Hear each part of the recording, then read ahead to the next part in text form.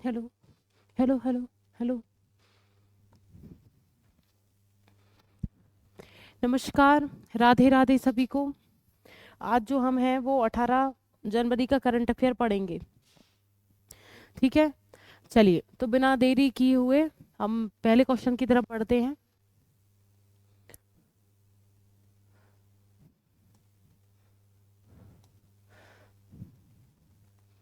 क्या है भाई? कल पर विजय पाने के लिए मौन से बड़ा कोई अस्त्र नहीं है। भविष्य में अगर विजय पानी है तो बोलो मत। ये मत बोलो कि मैं ये कर दूंगा वो कर दूंगा, अब देखो तुम, अब देखो आने वाले समय में मैं क्या कर सकता हूँ।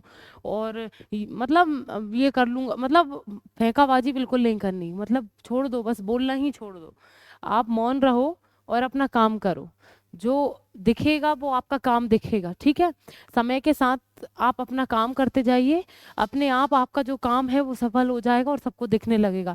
आपको बोलने की आवश्यकता नहीं है। ठीक है, और जो लोग बोलते हैं आपसे बुरा बोलते हैं, सुनते जाइए, उसको मोटिवेशन की तरफ से लीजिए। और मैं ये मानती हूँ जितना ज़्यादा लोग बोलते हैं उतना ही ज़्यादा अंदर से ऐसा लगता है नहीं यार अब तो करना पड़ेगा। ठीक है, तो वो बोलते हैं ना कि सुख से ज़्यादा दुख ये समझा देते हैं कि सुख की क्या अहमियत होती है। तो वही चीज़ है ना, तो बुरा है तो उसको अच्छा कन्वर्ट करने के लिए मेहनत करो। ठीक है, चलिए पहले क्वेश्चन की तरफ बढ़ते हैं। पहला क्वेश्चन क्या है?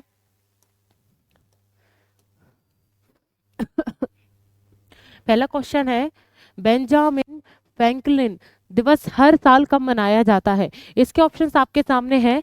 16 जनवरी, 17 जनवरी, 19 जनवरी, 20 जनवरी। बताइए इसका आंसर क्या है। देखिए क्या पूछा जा रहा है। बेंजामिन फ्रैंकलिन, बेंजामिन फ्रैंकलिन दिवस जो है वो कब मनाया जाता है? इसका जो आंसर है वो है 17 जनवरी। कब मनाया जाता है? 17 जनवरी को ये मनाया जाता है। क्या मनाया जाता है? बेंजामिन फ्रैंकलिन जो है वो दिवस कब मना, ये एक व्यक्ति थे। ठीक है, ये एक व्यक्ति थे, ये अमेरिकी व्यक्ति थे। ठीक है, इनके जो योगदान है, इनका जो योगदान है इसलिए उनको इसलिए इनके योगदान के लिए इनको याद किया जाता है, क्योंकि इनका योगदान जो है इनकी बहुत महत्वपूर्ण भूमिका रही है। ठीक है, इन्होंने जो चीज़ें दी हैं वो बहुत यूजफुल हैं, इसलिए इनका जो योगदान है इसलिए हम उन योगदानों को याद करके, इनको याद करके ये दिवस मनाते हैं 17 जनवरी को। ये अमेरिका के थे। ठीक है, सबसे पहला जो काम इन्होंने बहुत अच्छा जो किया, जो क्रांतियां हो रही थी अमेरिका में, ठीक है, उसके जो प्रतिनिधित्व थे वो ये थे। इनका नाम क्या है? Benjamin Franklin. ठीक है, फ्रांस में भी कई बार ये गए हैं और अमेरिका के प्रतिनिधि बन के गए हैं, वहाँ की बात रखी, अधिकारों के लिए लड़े हैं, तो इसलिए ये फेमस हैं। और इनके बहुत सारे आविष्कार हैं। ये विज्ञान में बहुत रुचि रखते थे, लेखन कला में इनकी बहुत रुचि थी, तो इन्होंने बिजली की छड़ का निर्माण किया, आविष्कार किया।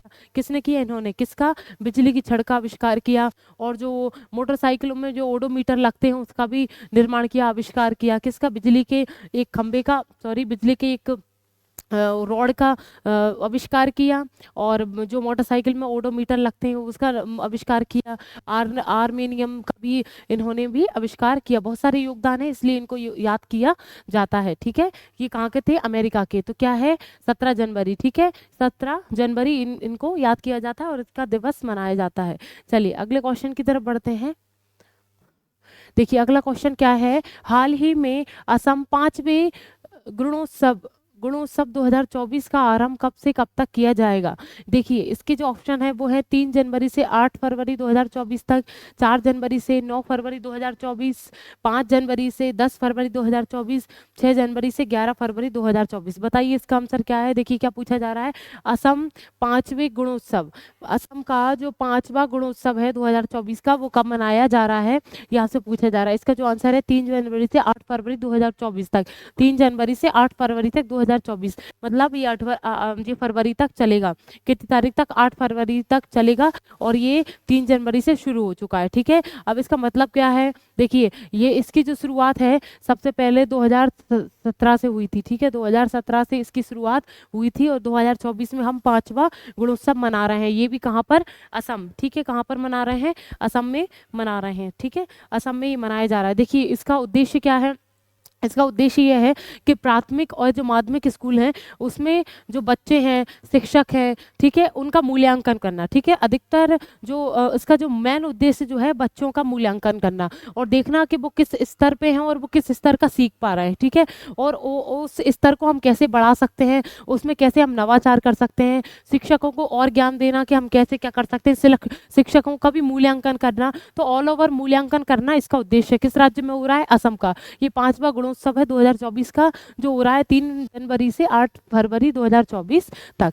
चलिए देखिए अगला क्वेश्चन क्या है, गुरु गोविंद सिंह जयंती प्रतिवर्ष कब मनाई जाती है? इसका ऑप्शन जो है 15 जनवरी, 16 जनवरी, 17 जनवरी, 18 जनवरी। बताइए इसका आंसर क्या है? देखिए इसका जो आंसर है वो है 17 जनवरी। इसका क्या आंसर है? 17 जनवरी। ये गुरु गोविंद सिंह जो हैं वो सिख धर्म के 10वें गुरु थे। कौन थे 10वें गुरु? गुरु गोविंद सिंह थे। इन्होंने ही खालसा पंथ की स्थापना की। किसकी? खालसा पंथ। आप लिख लेना, ठीक है। किसकी स्थापना की? खालसा पंथ। खालसा पंथ, ठीक है। खालसा पंथ की इन्होंने स्थापना की, ठीक है। और गुरु ग्रंथ साहिब को ही इन्होंने गुरु का दर्जा दे दिया था। गुरु ग्रंथ साहिब ये इनकी पुस्तक होती है, उसमें उनके विचार लिख रहे हैं, ठीक है। मतलब उनका पूरा एक ग्रंथ है जिसको गुरु मानते हैं। अब जो 10वें गुरु के बाद कोई गुरु नहीं है, उसी को गुरु माना गया। और ऐसा किसने कह के गए थे? ये 10वें गुरु अंतिम थे, उन्होंने ये कहा था। गुरु ग्रंथ जो साहिब है, जो उनका एक ग्रंथ है गुरु ग्रंथ साहिब जिसको बोलते हैं, उसी को आप गुरु मानेंगे, ठीक है। गुरु ग्रंथ साहिब को ही गुरु मानने की जो आज्ञा है वो किसने दी थी? गुरु गोविंद सिंह ने। ये 10वें गुरु थे, ठीक है। इन्होंने खालसा पंथ की स्थापना की, ठीक है। और ये 17 जनवरी को इनकी जयंती मनाते हैं, ठीक है। 17 जनवरी को इनकी जयंती मनाते हैं। चलिए, और सभी को पता है पहले गुरु कौन थे? गुरु नानक सिंह, ठीक है। सभी को पता होगा कि गुरु नानक सिंह इनके पहले गुरु थे, ठीक है। सिख धर्म के पहले गुरु थे। और अंतिम कौन थे? गुरु गोविंद सिंह, ठीक है। गुरु गोविंद सिंह। और चलिए इसी के साथ एक क्वेश्चन और देख लीजिए। क्या हो रहा है? ये इरेजर क्यों नहीं है?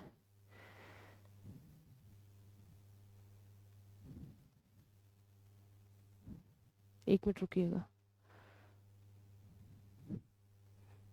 ये क्या हो रहा है? कुछ भी हो जाता है। चलिए कोई दिक्कत नहीं। तो देखिए अगला क्वेश्चन, एक एक क्वेश्चन सुनिए कि अभी ये जो हमारे विदेश मंत्री जो हैं, हमारा जो विदेश मंत्री एस जयशंकर, क्या नाम है? एस जयशंकर। विदेश मंत्री एस जयशंकर ने ये कहा है कि हमारी जो शास्त्रीय भाषाएं, ठीक है, शिक्षा नीति जो 2020 है उसके मुताबिक 6 शास्त्रीय भाषाएं, ठीक है, उसके मुताबिक 6 शास्त्रीय भाषाएं कौन कौन सी हैं? देखिए एक मिनट रुकिएगा।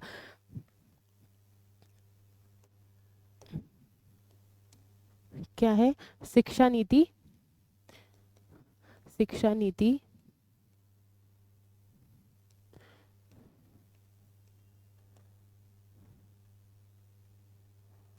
ये तो बड़ा लफड़ा हो गया यार, इसमें ये क्या हो रहा है?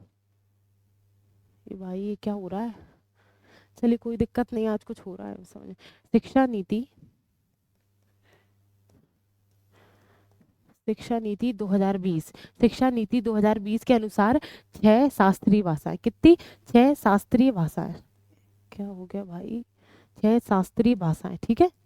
6 शास्त्रीय भाषाएं मान्य की गई थी, ठीक है। 6 शास्त्रीय भाषाओं को नाम दर्जा दिया गया था और जो 3 है वो एक्स्ट्रा उनको संभालने की बात कही गई थी, ठीक है। पहले आप ये 6 शास्त्रीय भाषाएं लिखिए, किसके अनुसार? शिक्षा नीति 2020 के अनुसार, ठीक है। कौन कौन सी? तमिल, तमिल, तेलुगु, कन्नड़, संस्कृत, मलयालम, उड़िया, उड़िया, ठीक है। ओडिया या उड़िया बोल सकते हैं, ठीक है। ये जो 6 भाषाएं हैं ये शास्त्रीय भाषाओं का दर्जा दिया गया था शिक्षा नीति 2020 के तहत, ठीक है। ये शास्त्रीय भाषाएं थी, ठीक है। और जो 3 भाषाएं उनको सम्मिलित करने के लिए बात की गई थी, उनको संरक्षित करने के लिए बात की गई थी, उनका नाम क्या है? उन 3 भाषाओं का नाम क्या है? 3, पाली, प्राकृत और फारसी, ठीक है। फारसी।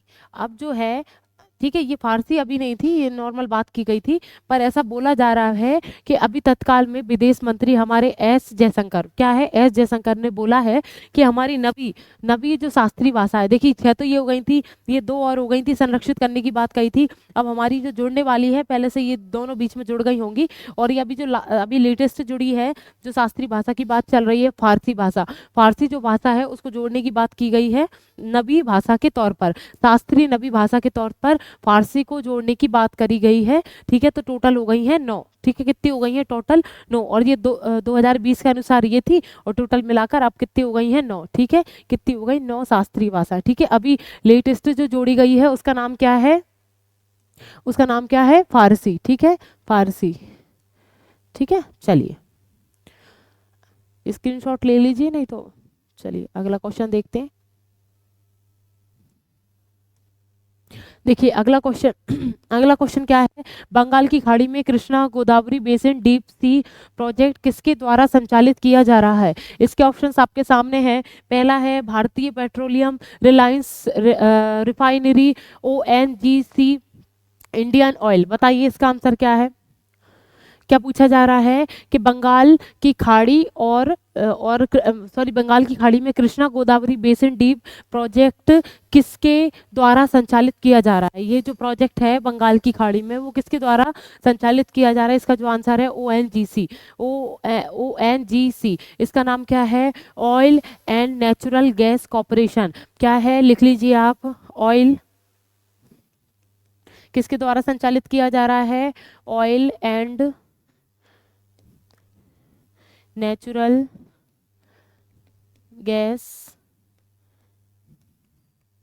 कॉरपोरेशन। ठीक है, इसके द्वारा संचालित किया जा रहा है, वो भी कहाँ पर, बंगाल की खाड़ी पर। और बंगाल की खाड़ी में कौन सा प्रोजेक्ट चलाया जा रहा है, Krishna Godavari basin deep sea project चलाया जा रहा है। इसमें अनुमान है कि प्रतिदिन प्रतिदिन जो है 45, कितना, 45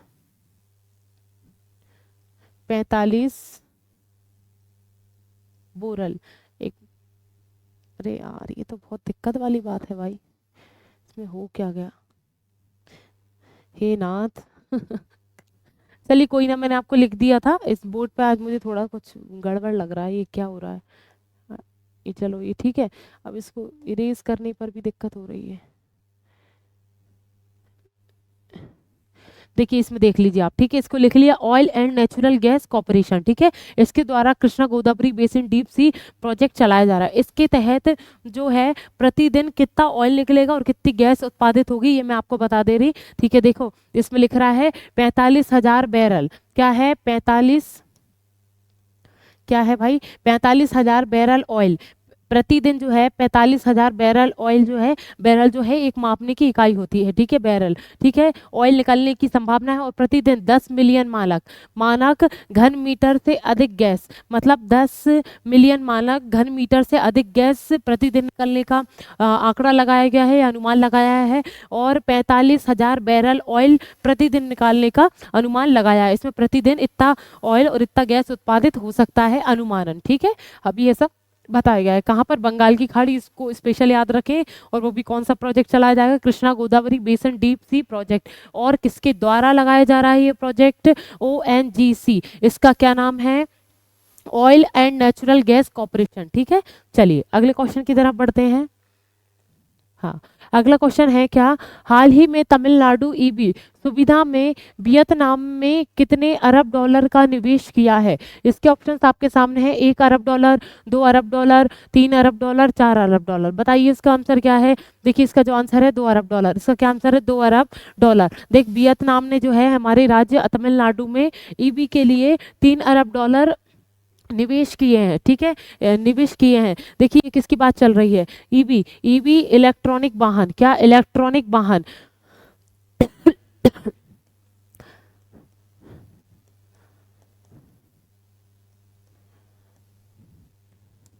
इसी में बता दूं तो, चलो इसी में, चलो फिर वो लिखने में देखते कोई दिक्कत नहीं। बिन फास्ट इलेक्ट्रॉनिक, बिन फास्ट इलेक्ट्रॉनिक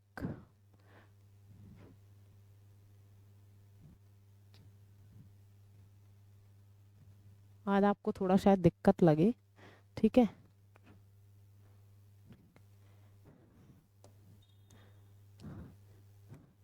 ठीक है, इलेक्ट्रॉनिक इलेक्ट्रॉनिक वाहन, ठीक है, क्या नाम है? बिन फास्ट इलेक्ट्रॉनिक वाहन।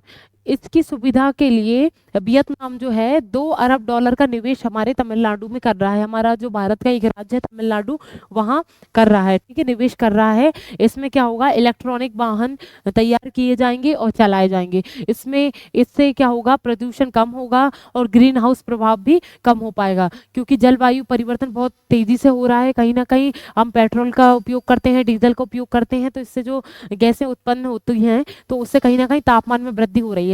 तो ये जो है इलेक्ट्रॉनिक वाहन है, ये चार्ज हुआ करेंगे, बिजली से चार्ज हुआ करेंगे, और ये जो अन्य पदार्थ जो उत्पादित होते हैं वो उत्पादित कम होंगे और जलवायु परिवर्तन भी कम होगा। और इससे कहीं ना कहीं ये वाहन जो अभी बनाए जा रहे हैं, अभी जो इनका निर्माण कार्य चल रहा है या अभी चलेगा आगे, तो उससे कहीं ना कहीं रोजगार की प्राप्ति भी होगी। तो ठीक है, वियतनाम ने जो है $2 अरब का निवेश किया है, ठीक है। चलिए देखिए अगला क्वेश्चन क्या है। हाल ही में आई एनएसओ की रिपोर्ट के अनुसार वित्त वर्ष 2024 में भारतीय अर्थव्यवस्था कितने प्रतिशत की दर से बढ़ सकती है? इसके ऑप्शंस आपके सामने हैं। 6.9%, 7.1%, 7.3%, 8.2%। देखिए क्या पूछा गया है, आईएनएसओ की रिपोर्ट के अनुसार भारतीय सांख्यिकी परिसंघ क्या है इसका इसका जो आंसर, इसका आंसर नहीं, भगवान क्या हो रहा है ये, क्या है, भारतीय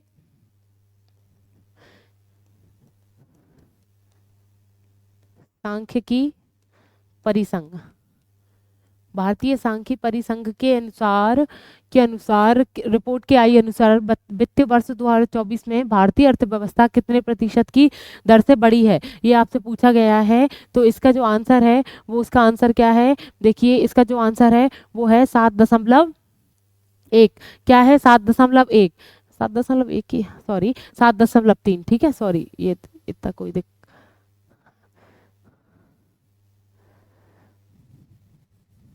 ठीक है, इसका क्या आंसर है, 7.3।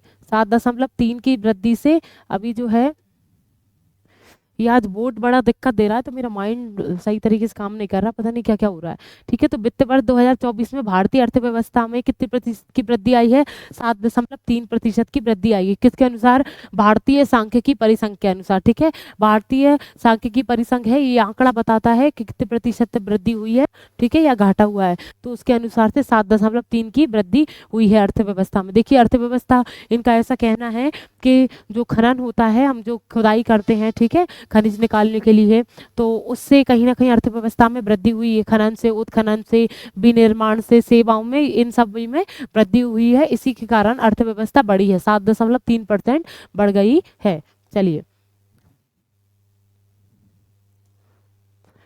अगला क्वेश्चन क्या है। हाल ही में हरित पहल के लिए भारतीय रेलवे और किसने समझौता ज्ञापन पर हस्ताक्षर किए हैं? इसके ऑप्शंस आपके सामने, IIT Kanpur, IIT Delhi, ICC, IIT Madras. बताइए हरित पहल के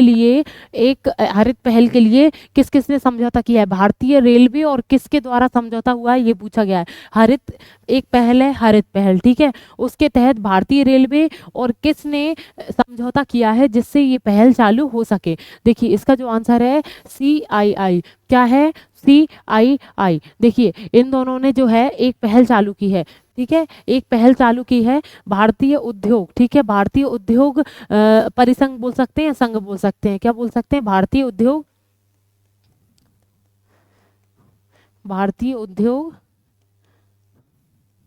उद्योग संघ या परिसंघ, जो भी लगाना है, ठीक है, परिसंघ। इसके द्वारा जो है वो भारतीय रेल और भारतीय उद्योग संघ ने एक पहल शुरू की, हरित पहल, ठीक है, हरित पहल।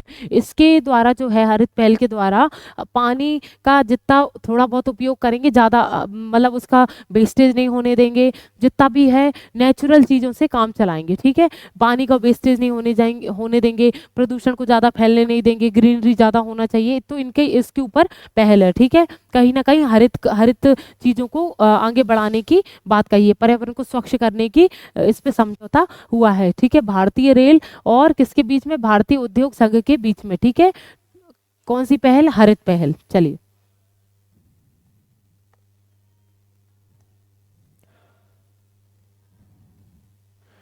देखिए, एक क्वेश्चन और मैं आपको बताती हूँ, एक क्वेश्चन और देखो। अभी डब्ल्यूएचओ ने, अभी जो डब्ल्यूएचओ है आप सभी को पता है कि संयुक्त राष्ट्र के तहत चलने वाली संगठन है, बहुत सारे मैंने आपको बहुत बार बता चुकी हूँ। तो एक उसका नाम क्या है, डब्ल्यूएचओ। क्या है उसका नाम, डब्ल्यूएचओ, विश्व स्वास्थ्य संगठन। क्या है, विश्व स्वास्थ्य संगठन, वर्ल्ड हेल्थ ऑर्गेनाइजेशन, ठीक है, वर्ल्ड हेल्थ ऑर्गेनाइजेशन।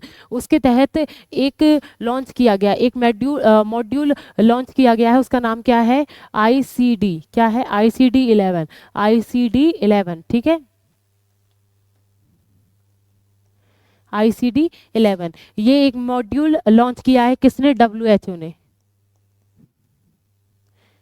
डब्ल्यूएचओ ने, ठीक है, डब्ल्यूएचओ ने आईसीडी 11 जो है एक मॉड्यूल लॉन्च किया। इसके तहत एक अभी जो लॉन्च हुआ है, इन्होंने लॉन्च किया है, और इसमें क्या है कि जितने भी आयुर्वेद से संबंधित, ये यूनानी जो चिकित्सा है उससे संबंधित जो कोड है, मतलब उससे हम बोलते हैं ना, जैसे डिक्शनरी में लिखा रहता है इसका मतलब ये होता है इसका, तो बहुत सारे अर्थों का मीनिंग लिखा है चिकित्सा से संबंधित, क्योंकि ये हेल्थ से संबंध है, चिकित्सा से संबंधित है, ठीक है। तो उसके कुछ मीनिंग लिखे हैं, बीमारियों के नाम लिखे हैं, और किस कारण से कौन सा बीमारी हो जाती है वो नाम लिखे हैं, और उसका उपचार क्या है वो नाम लिखे हैं। तो बहुत अच्छी एक मॉड्यूल लॉन्च किया है किसके द्वारा, डब्ल्यूएचओ के द्वारा। डब्ल्यूएचओ के द्वारा क्या लॉन्च किया है, आईसीडी 11, ठीक है, आईसीडी 11, ठीक है, आईसीडी 11। चलिए एक सेकंड रुकिएगा।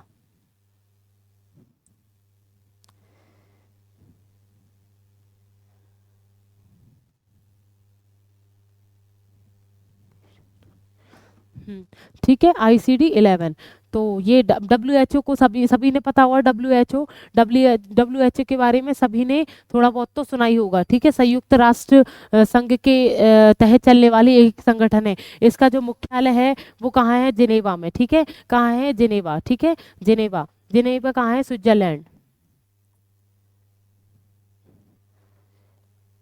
स्विट्जरलैंड, ठीक है, स्विट्जरलैंड में इसका जो है वो मुख्यालय है डब्ल्यूएचओ का, विश्व स्वास्थ्य संगठन, ठीक है। और इसका जो फुल फॉर्म है वो लिख लीजिए, इंटरनेशनल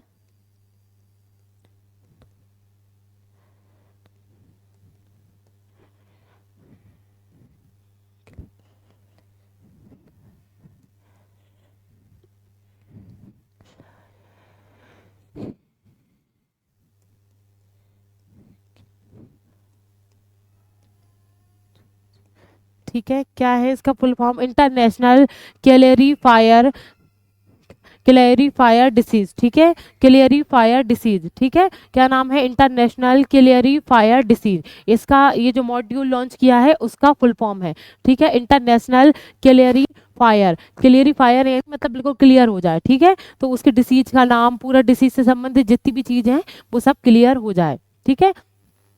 क्लैरिफिकेशन भी बोल सकते हैं, ठीक है। इसको हम इसके इसके जगह हम क्या लगा सकते हैं, क्लैरिफिकेशन, मतलब क्लियर करना, ठीक है, क्लियर करना उस डिसीज के बारे में, जितनी भी कोड हैं पूरे उसमें दिए गए हैं, उसके क्या उपचार हैं, क्या लक्षण हैं, सब दिए गए हैं। तो क्लियरिफायर भी बोल सकते हैं, क्लियरिफिकेशन भी इसको बोल सकते हैं, ठीक है। तो 11 इसने लॉन्च किया है, डब्ल्यूएचओ के द्वारा लॉन्च हुआ है, जिनेवा इसका मुख्यालय डब्ल्यूएचओ का, और जिनेवा कहाँ है, स्विट्जरलैंड में। चलिए इसका स्क्रीनशॉट ले लीजिए, ये वाला क्वेश्चन पढ़ाना है। चलिए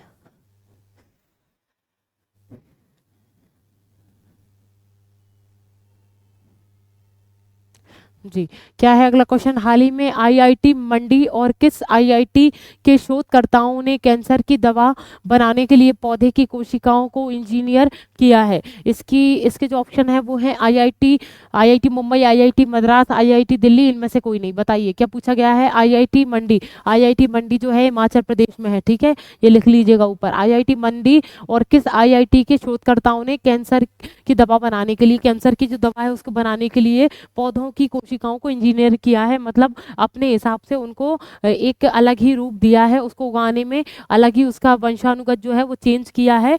वो कहाँ किस किसने मिलके किया है, देखो आईआईटी मंडी तो उसमें है ही, उसके जो इंजीनियर्स हैं या शोधकर्ता हैं वो संयुक्त रूप से काम कर रहे हैं, और किसके साथ काम कर रहे हैं, आईआईटी किसके साथ काम करना है ये आपको बताना है। देखिए इसका जो आंसर है वो आईआईटी मद्रास और आईआईटी मंडी के जो शोधकर्ता है उन्होंने पौधों की जो कोशिकाओं हैं उस पर इंजीनियरिंग की है, जिससे कैंसर की दवाएं बना सकें, ठीक है, कैंसर की दवाओं का निर्माण कर सकें, ठीक है। चलिए चलिए अगला क्वेश्चन क्या है, हाल ही में भारत ने वित्त वर्ष 2022-23 में कितने लाख करोड़ से अधिक के उत्पादों को निर्यात किया है। इसके ऑप्शंस आपके सामने हैं 30, 40, 50, 60। बताइए भारत में वित्त वर्ष 2022-23 में, ठीक है, 22-23 में कितने लाख करोड़ से अधिक उत्पादों का निर्यात किया है, ये आपसे पूछा गया है, ठीक है। ये जो है 60, ठीक है, 60 जो है ये उत्पाद करना मतलब निर्यात कर रहे हैं, तो हमारे इधर से निर्यात किया गया था, ठीक है, निर्यात किया गया था हमारे इधर से दूसरे देशों को उत्पाद जो है निर्यात किए गए थे। इसकी क्या परसेंटेज है, ठीक है, कितने कितने लाख लाख 60 लाख करोड़ से अधिक उत्पादों का निर्यात किया गया था, ठीक है, कब 2022-23 में, ठीक है। तो कहीं ना कहीं हमारी अर्थव्यवस्था अच्छी होनी चाहिए, अर्थव्यवस्था उन्नत होनी चाहिए, क्योंकि हम निर्यात कर रहे हैं, हमारे इधर कोई उत्पाद बन रहा है और वो दूसरे देश में जा रहा है, निर्यात हो रहा है, तो हमारी अर्थव्यवस्था को फायदा होता है। चलिए 2022-23 की ये बात चल रही थी। चलिए अगले क्वेश्चन की तरफ बढ़ते हैं। अगला क्वेश्चन क्या है, हाल ही में, और लास्ट क्वेश्चन है, हाल ही में किसे सेबी का कार्यकारी निर्देशक नियुक्त किया गया है। इसके ऑप्शंस आपके सामने हैं, जी राम मोहन राव, सुमित शर्मा, राहुल कुमार, इनमें से कोई नहीं। बताइए इसका आंसर क्या है। देखिए क्या पूछा जा रहा है, सेबी के बारे में पूछा जा रहा है, कार्यकारी निर्देशक नियुक्त किया है, ये आपसे पूछा गया है। चलिए इसका जो आंसर है वो जी राम मोहन राव, जी राम मोहन राव को है सेबी का कार्यकारी जो निर्देशक है वो नियुक्त किया गया है, ठीक है। पहले ये तो समझ ले कि भाई सेबी होता क्या है। सेबी जो है वो एक संस्था है जो काम करती है ग्राहकों के लिए, मतलब जो इन्वेस्ट कर रहा है उसके लिए कंपनी की जानकारी देता है, और जो बीच में जो काम करता है मीडिएटर जो होता है उसके बीच की जानकारी देता है। तो देखिए पहले आप ये देखिए, इसकी जो स्थापना है 1988 में हुई थी, ठीक है, 1988 में इसकी स्थापना हुई थी, किसकी, सेबी की, सेबी की स्थापना हुई थी, और 1992 में इसको संवैधानिक दर्जा दिया गया था, ठीक है, 1992 में इसको संवैधानिक दर्जा दे दिया गया, ठीक है, संवैधानिक दर्जा दिया गया, ठीक है, दर्जा दे दी गया 1992 में, ठीक है, सेबी को। अब देखिए ये अब ये काम क्या करती है, अब अच्छी सी भाषा में समझ लीजिए, सरल भाषा में समझ लीजिए कि जब हम कोई पैसा किसी कंपनी में लगा रहे हैं, हम कुछ किसी चीज़ में लगा रहे हैं, किसी कंपनी के लिए लगाएंगे, तो उस कंपनी की पूरी जानकारी होना चाहिए हमें, ठीक है। वो कुछ ज़्यादा शेयर तो नहीं खरीद ले रही है, ज़्यादा कम शेयर तो नहीं है, मतलब ऐसे शेयर ना खरीदवा दे किसी को, मतलब हमारा जो पैसा है वो वेस्ट ना चला जाए, ठीक है। तो सेबी इन चीज़ों की जानकारी करती है कि कंपनी के पूरे जो उसके निर्णय हैं वो उसकी भी जानकारी होती है, उसका जो मतलब पूरी होल जानकारी सेबी को रखती है सेबी, ठीक है। तो ये इसकी पूरी जांच पड़ताल करती रहती है, जिससे हमारा जो पैसा है वो बर्बाद ना हो, कहीं गलत जगह ना ही लगे। और म्यूचुअल फंड को भी ये देखती है क्या, सेबी, ठीक है। जिससे अगर मैं लगाऊंगी पैसे किसी कंपनी में, तो जो सेबी हम एक सुनिश्चित हम देख लेंगे कि भैया सेबी के द्वारा ये क्या क्या कंपनी के मापदंड हैं इस कंपनी के, ठीक है। तो हमारे पैसे को डूबने से बचाती है सेबी, कहीं ना कहीं हमारे पैसे का रक्षक होती है सेबी। और इसको दर्जा है, संवैधानिक दर्जा कब मिल गया था, 1992 में, और इसकी स्थापना कब हुई थी, 1988 में, ठीक है। और अभी जो कार्यकारी निर्देशक है उनको कौन नियुक्त किया है, जी राम मोहन राव, ठीक है। ये लास्ट क्वेश्चन था। चलिए आज के क्विज की तरफ बढ़ते हैं। क्विज क्या है, 2 बार का चैंपियन भारत FIH हॉकी पुरुष जूनियर विश्व कप 2023 में अपने अभियान की शुरुआत मंगलवार को मलेशिया, कहाँ पर, मलेशिया के कुआलालंपुर में करेगा, कहाँ पर, मलेशिया में, ठीक है। ये और पढ़ लेते थोड़ा और है, जहां वह पुल सी में कोरिया रिपब्लिक, स्पेन और कनाडा के साथ काबिज है, ठीक है, ठीक है। अंडर 21 खिलाड़ियों के लिए 12 दिवसीय प्रतियोगिताओं मलेशिया नेशनल हॉकी स्टेडियम में खेली जाएगी। तो इसका सीधे आंसर है, हमने क्या पूछा था, मलेशिया। ठीक है, इसका जो आंसर है मलेशिया। 2 बार चैंपियन भारत FIH हॉकी पुरुष जूनियर विश्व कप 2023 में अपने अभियान की शुरुआत मंगलवार को मलेशिया में करेगा। ठीक है, चलिए अब जो कल का क्विज है उसका आंसर सभी बताएंगे। क्या है, डिजिटल फॉरेंसिक के लिए लाइफ टाइम अचीवमेंट अवार्ड 2023 से किसे सम्मानित किया गया है? इसके ऑप्शंस नहीं है आपके पास। ठीक है, इसके ऑप्शन जो है वो अपने ही मन में दे लेना और आपको इसका आंसर देना है। ठीक है, कल इसका आंसर मैं बताऊंगी। ठीक है, चलिए इसी के साथ फिर मैं कल मिलती हूँ। राधे राधे।